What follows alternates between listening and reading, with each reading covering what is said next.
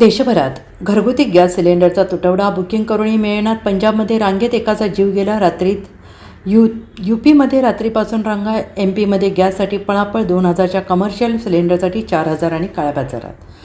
America इस्रायलने इराणशी केलेल्या युद्धामुळे देशभरात LPGचा तुटवडा वाढत चाललेला आहे. देशभरात उत्तर प्रदेश, राजस्थान, बिहार, पंजाब, छत्तीसगड, हरियाणामध्ये गॅससाठी लोकांची पळापळ सुरू आहे. उत्तर प्रदेशात सिद्धार्थनगरमध्ये काल रात्रीपासून लोक गॅस एजन्सी बाहेर सिलेंडरची वाट पाहत आहेत. बिहारमध्ये गॅस सिलेंडरच्या कमतरतेमुळे लाकूड आणि कोळशाची मागणी वाढत आहे.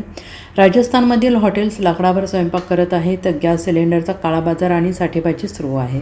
अनेक ठिकाणी 2000 रुपयांचा व्यावसायिक सिलेंडर 4000 रुपयांना विकला जातो आहे. सिलेंडर जप्त करण्याचे काम सुरू आहे आणि हे रोखण्यासाठी सरकार मध्य प्रदेश, उत्तर प्रदेश, कर्नाटक, तामिळनाडूमधील गोदामांवर छापे टाकत आहे. उत्तर प्रदेशातील LPG सिलेंडर संकट आणखीनच बिकट होत चाललेले आहे. सिद्धार्थनगरमध्ये लोक काल रात्रीपासून गॅस एजन्सीज बाहेर सिलेंडरची वाट पाहत आहेत, परंतु त्यांना अद्याप ते मिळवलेला नाही.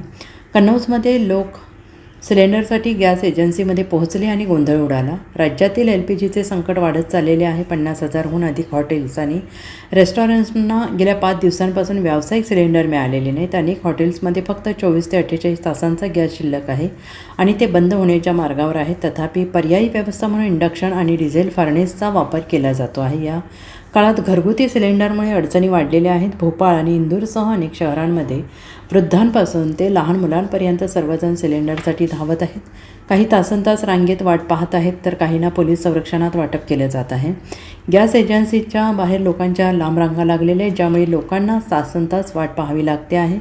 सिलेंडरच्या कमतरतेचा परिणाम आता बाजारात जाणवतो आहे. गॅसच्या उपलब्धतेमुळे लाकूड आणि कोळशाची मागणी वाढली आहे, ज्यामुळे त्यांच्या किमतीमध्ये मोठी वाढ झालेली आहे. इंडक्शनच्या किमती जवळपास 5 पटीने वाढ झाली आहे.